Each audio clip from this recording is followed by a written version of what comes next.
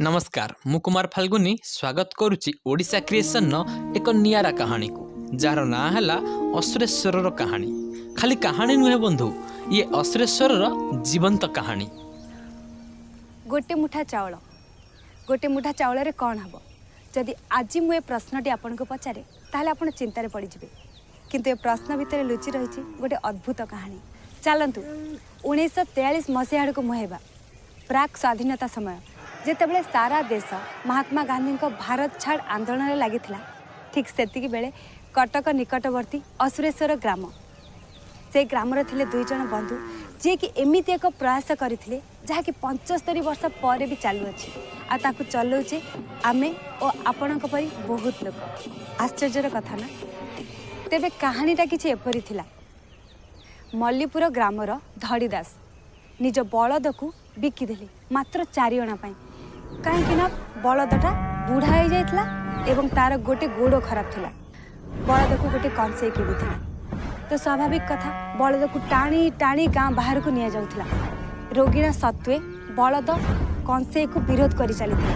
ठीक से समय ए गछ मूल बसी दुई जन बंधु श्री जलधर नायक एवं श्री अफसर अली। बलदर चित्कार शुणी जलधर नायक निजको संभाली पार नथिले, दौड़ी आसी कंसेई को अटकई थिले। श्री अफसर अली परिस्थिति को बुझीपारी सहयोगर हाथ बढ़े आ दुई जन बंधु मिसी से बलद को 5 अणा पैठ करी पोष्य करथिले गोटे संकल्प सहित। यही प्रथम उद्यम ही आरंभ होता असुरेश्वर गोरक्षिणीर ऐतिहासिक यात्रा, जहाँकि 1991 मसीह असुरेश्वर गो मंगल समिति नाम पंजीकृत होता। एमाने तो गाई गोरु नुहंती, एमाने हमर पितामाता सदृश।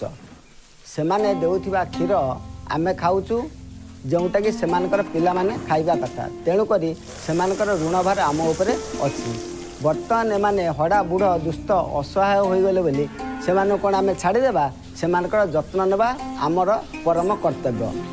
सेमानकर जत्न नेबा पई आमको जदि दान नेबाकू पड़े ताहले ताहाको आमे पुण्य बोली ग्रहण करिबा। वास्तव में से ही घटिला। आम संस्कृति रे मुष्टि भिक्षा होची अत्यंत प्राचीन। कौन सी महान सामाजिक कार्य निजको नियोजित करने कहीं भी स्वेच्छा दान करें मुठाई चाउल। आरंभ गोशाला स्त्रीलोक मानकर बहुत अवदान अच्छी। सेमाने तांकर रोसई चाउल मुठाई लेखा रखी सप्ताह थरे गोरखिणी की दान करते। आ शाशु मैंने थिले सेमाने भी करुथिले। तांको परे आमे आसिला दिनठू भी सही मुठाई लेखा चाउल सप्ताह थरे गोरखिणी की दान करूँ। यही कार्यक्रमटी 75 वर्ष है चालू अच्छी।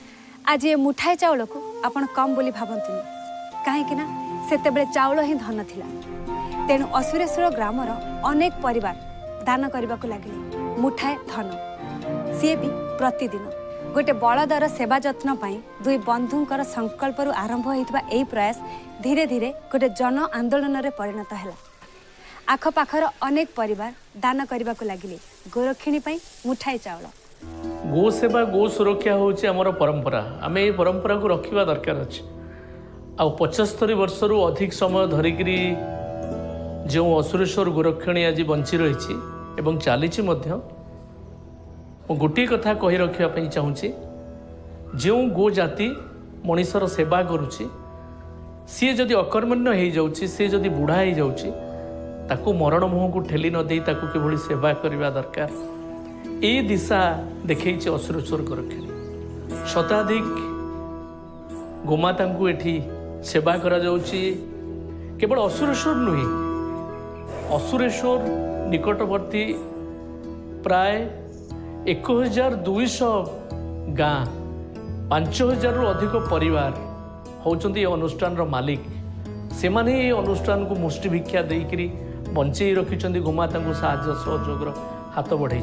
ये कम बड़ कथा न। असुरेश्वर रे एही पशु मानकर जीवन अत्यंत महत्वपूर्ण अटे। यार सबुठ बड़ प्रमाण है आज आम जो ठिया होइछे, जोठी एमानकर जत्न निया जाउछि। एहा 75 वर्ष पूर्वे गोटे कंसेई खाना थिला। आज आम गर्व में कहि पारुछे जे असुरेश्वर गो मंगल समिति सारा दुनिया रे गोटे मॉडल ऑर्गेनाइजेशन मान्यता पाई।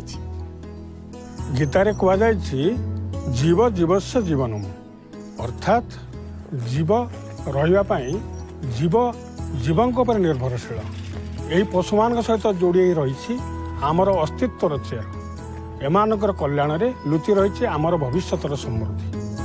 गोटे मुठा चाउल रे बहुत किछि हे परिबो तेणु आपण भी आसंतु हाथ बढ़ांतु निज इच्छा रे निज क्षमता अनुसार करंतु गोटे मुठा दान।